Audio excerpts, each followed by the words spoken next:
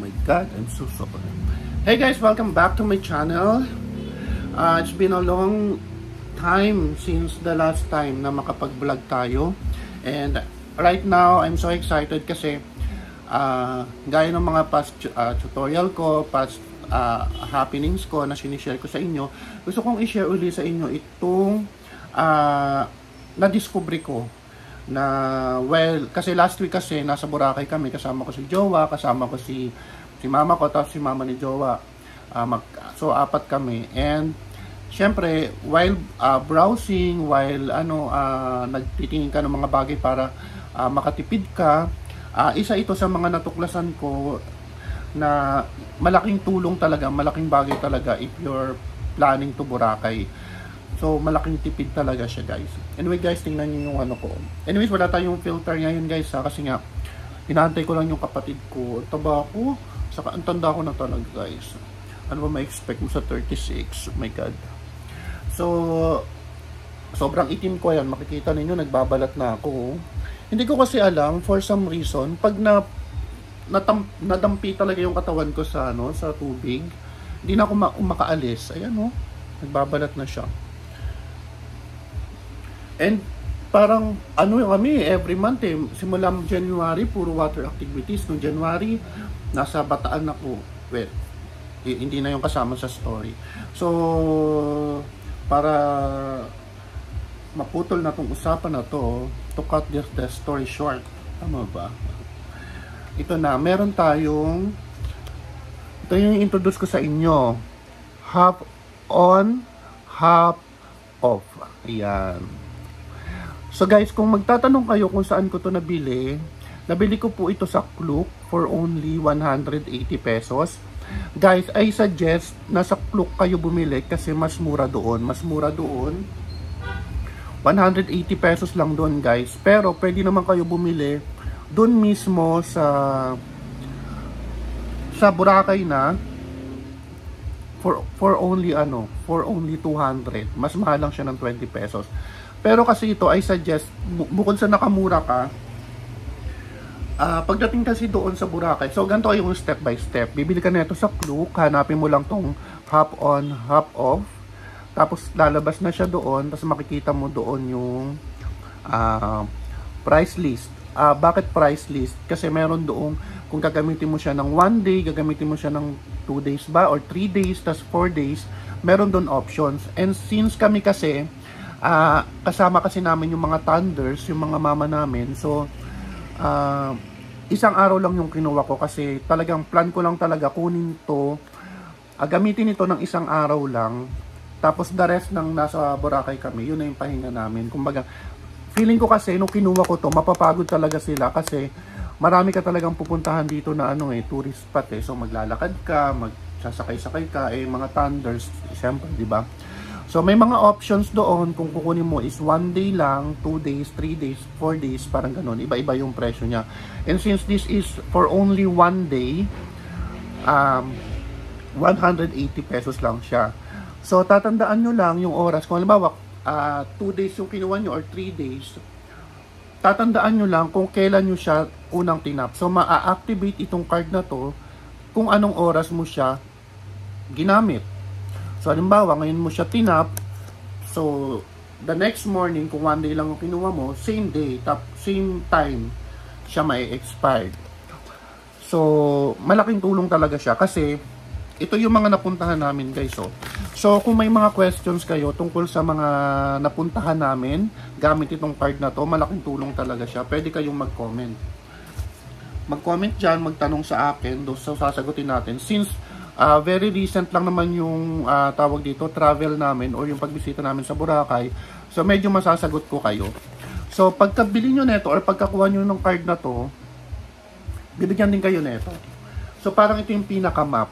Pero guys ito, pwede nyo to puntahan lahat ng libre. Itatap nyo lang to. As in, ang daming destination yan. Pwede nyo tong unlimited. Kahit puntahan nyo yan isa-isa, wala kayong babayaran. So, imaginein mo kung wala kang ganito, mapapamahal ka kasi kada may pupuntahan ka, magaganito ka. Halimbawa, pupunta ka ng supermarket, pwede mo itong gamitin. meron kasi doon mga Robinson, medyo malayo na doon sa pinaka-beach mismo sa mga station, medyo malayo. So, kailangan mo talagang gumamit nito. So, marami kang mapupuntahan. Pero ito guys, I suggest hindi mo to lahat pupuntahan. Kasi, mayroon lang dito mga tourist spot na pwede kang puntahan. Though, pwede mo naman puntahan lahat yan, pero wala kang makikita doon. For example, sa H1A, Barangay Hall. Anong gagawin mo sa Barangay Hall? O, meron dito, Boracay Rotonda. Anong gagawin mo dito, di ba? Mga National High School, mga school. Yan. So, ang mapupuntahan mo lang dito. So, ito nga. Kung may mga questions kayo about dito, pwede nyo akong i-message para matulungan ko kayo kung saan kayo pupunta. Kasi ang pinuntahan lang naman namin dito, 6 lang eh. Yung The Mangrove, Bulabog Beach. Bulabog Beach ang ganda dito. Tapos Willis Rock. Willis Rock ito yung sa Station 1, yung sa grotto. Ang ganda din dito. Tapos dito mo makikita sa Willis Rock, meron dito Coco Mama ba yun? Yung sikat na ice cream sa Boracay. Tapos Diniwid. Yan, makikita mo doon. Keyhole sa Kapuka Beach. So, marami kang mapupuntahan guys. So, imaginein mo, kung magtutour guide ka pa, kukuha ka pa ng tour guide, magkano ibabayad mo doon? Eh, pwede mo na mapuntahan yun ng ikaw lang. So, meron dito, kung gusto mo mag-Jollibee, diretso doon. And kami kasi, vegetarian din yung pagkain namin doon, nagmang-inasal nga kami doon. Pagdating namin sa Boracay, yun talaga una namin hinanap, kasi parang busog-lusog talaga kami. Mang-inasal talaga. Pero yung ibang araw naman, medyo naman yung kinainan namin. So yun, kung may mga questions kayo regarding dito, kindly message me. Tapos ito pala, itong card na to, pag halimbawa, bumili kayo nito, ang kagandahan nito, na-expire dito every 3 years yung card. So halimbawa, pupunta kayo ngayon sa Boracay, tapos may family member kayo, may friends kayo na pupunta din ng Boracay next year, or same month, diba? Same month, pwede nyo to ipahiram. Pwede nyo to ipahiram kasi hindi na-expire yung card nito 3 years daw. Kasi tinanong namin yun. Tinanong namin yung yung parang conductor doon. So 3 years daw to na na expired. So pwede nyo to ipahiram. Tapos loloadan nyo na lang doon. Loloadan na lang nila doon. Doon mismo din sa conductor. Doon nyo mismo loloadan. Para magkaroon to ng laman. Para magamit nila. So itong akin, hindi ko muna to kasi baka mayroong mga ilangan.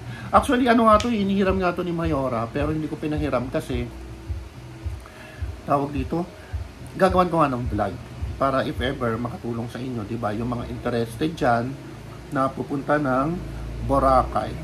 So ito, halimbawa for example, dito sa H3B, 3B. Yan, lagi na lang may singaw, 3B. The Mangrove. Ang makikita nyo dito, pagbaba nyo, maglalakad pa kayo ng konti. Yun yung sinasabi ko na talagang hindi mo siya pwedeng gamitin. Pwede naman pamalengke, ganun, pero hindi mo siya, lalo pag may kasama kang matanda kasi maglalakad-lakad talaga. Makikita mo sa The Mangrove, mga mangrove, isang malaking area yon ng mangrove, tapos parang hindi ko alam kung dagat yun pero naka-low tide siya, tapos makikita mo talaga yung mangrove, mga mangrove, pwede ka mag-picture doon. Tapos pumunta rin kami sa Bulabog Beach. Ayun yung yung may mga water activities doon. Yung alam niyo yung mga kite na malalaking kite.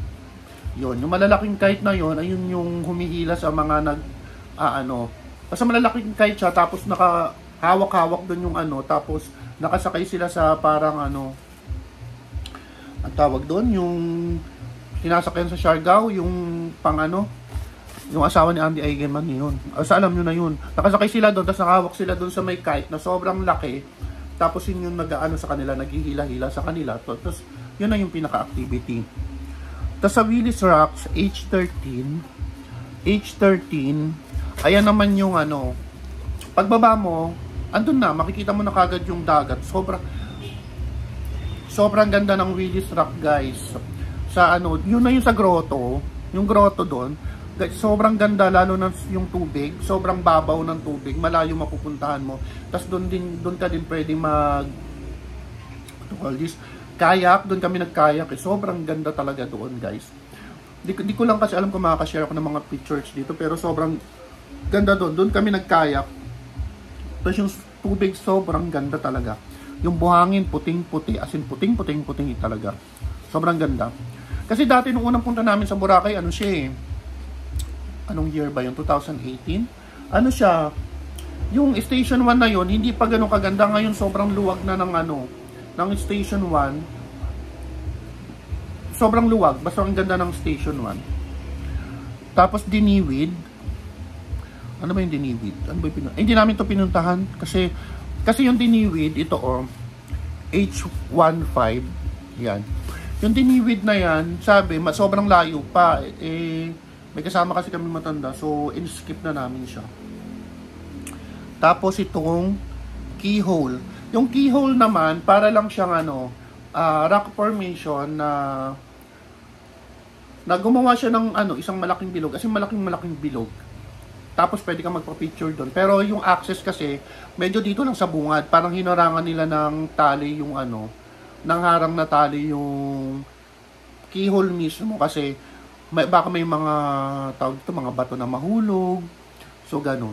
Pero sa malayo naman, pwede kang mag-picture, makukuha mo pa rin yung bilog na yun, yung pinaka-hole, kaya siya tinawag na keyhole. Kasi may malaking bilog doon. Tapos, Puka Beach. Puka Beach, sobrang ganda. Doon ako nag-picture ng dagat, yung alon niya. Tapos, pwede mo talagang gawing wallpaper. Para siya, ang ganda-ganda talaga, pang wallpaper talaga siya. Tapos, ang sad to say nga lang, sa Puka Beach, sobrang lakas ng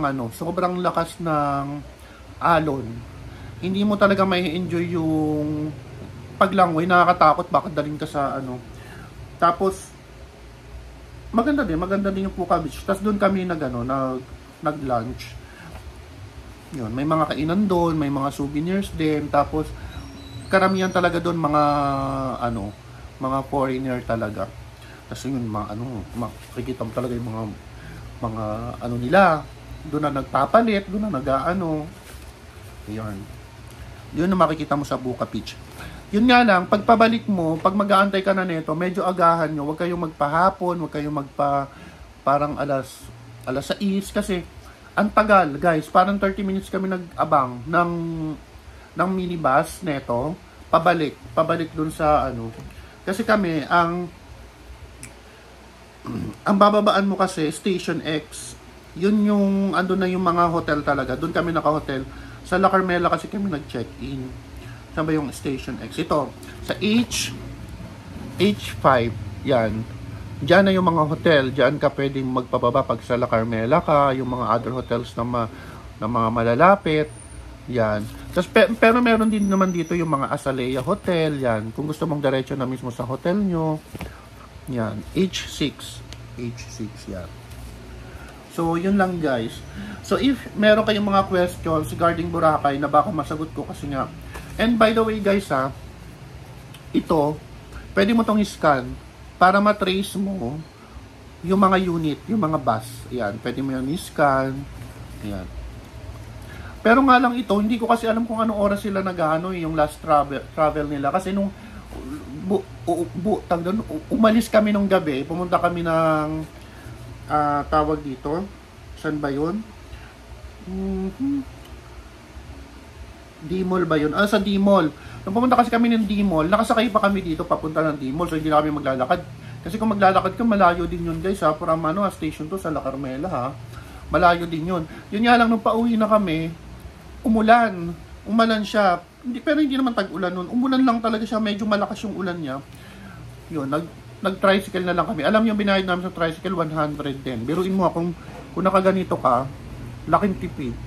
Yun, 100, sayang din yun. Sayang din yung 100 pesos. So, ano pa ba?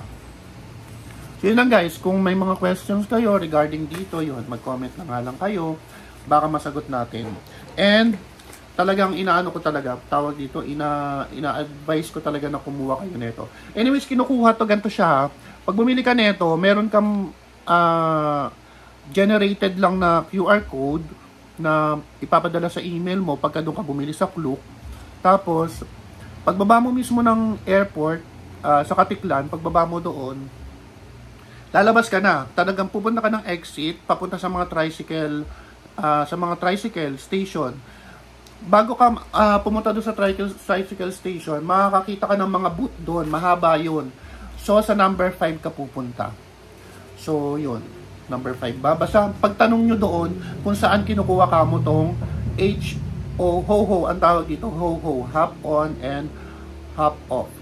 So, doon ka pupunta. Pagtanong mo lang doon, saan po pwedeng kunin yung card ng HO, ng HO.